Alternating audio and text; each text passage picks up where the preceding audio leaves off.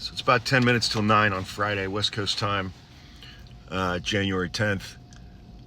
I listened for about an hour and a half or so to the Supreme Court oral arguments on the TikTok ban case. The justices don't have any idea what they're talking about when it comes to technology. They're just spouting off shit that is so incredibly wrong in every question on both sides. They don't know what they're talking about. And TikTok's going to get banned. It's going away. Because the justices want to appear tough on national security. And the whole thing is an exercise in them massaging their egos and trying to look smart while plainly looking incredibly dumb when it comes to talking about technology. But the mechanisms of power in this country, they're taking off the mask, man. They're taking off the mask, and they are looking the bottom 99% of us square in the eye and just saying, fuck you. You guys are on your own. I mean, all of these arguments are about the Chinese government, foreign control over an American social media platform that is used by over half the population of this country on a near daily basis, and they're going to take it away. Meanwhile, Elon Musk bought Twitter so that he could turn it into a right-wing disinformation machine, a South African who may not be here legally,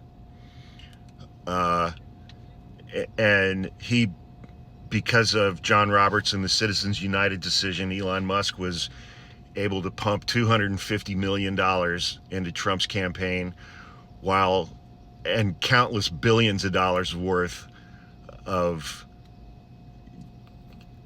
basically campaigning through Twitter and disinformation and misinformation to essentially purchase the office of President of the United States for Donald Trump, who was sentenced on 34 felony convictions this morning and received no punishment whatsoever other than being labeled a convicted felon for the rest of his life, which is nice because that makes him crazy.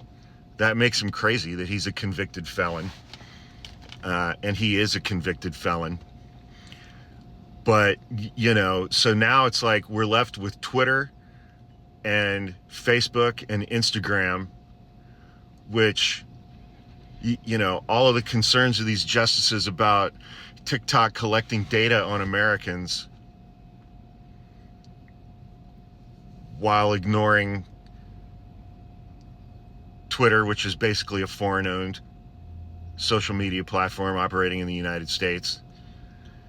And Mark Zuckerberg does whatever he wants to do with Facebook. And we're supposed to trust him, a guy who at the age of 40 thought it was a good idea to give himself a perm. And made a video this week just saying, yeah, we're not doing fact checking anymore. How much data have Twitter and Facebook and Instagram collected on Americans?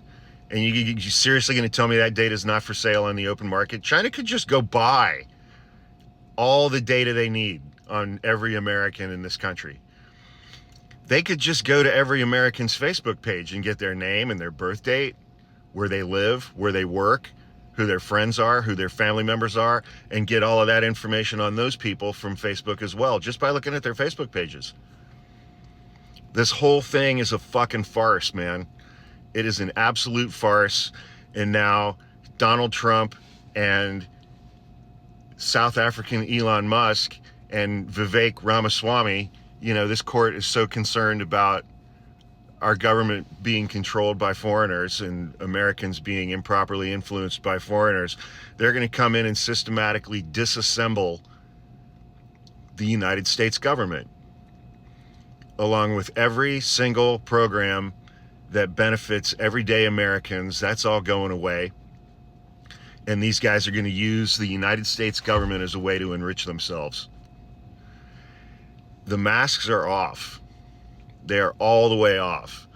And the money class, the corporate class, the donor class, the 1% are looking us square in the eye and just saying, fuck you, you are on your own.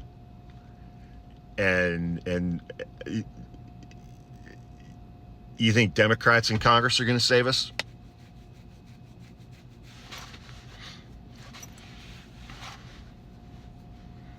Anyway, have a good Friday.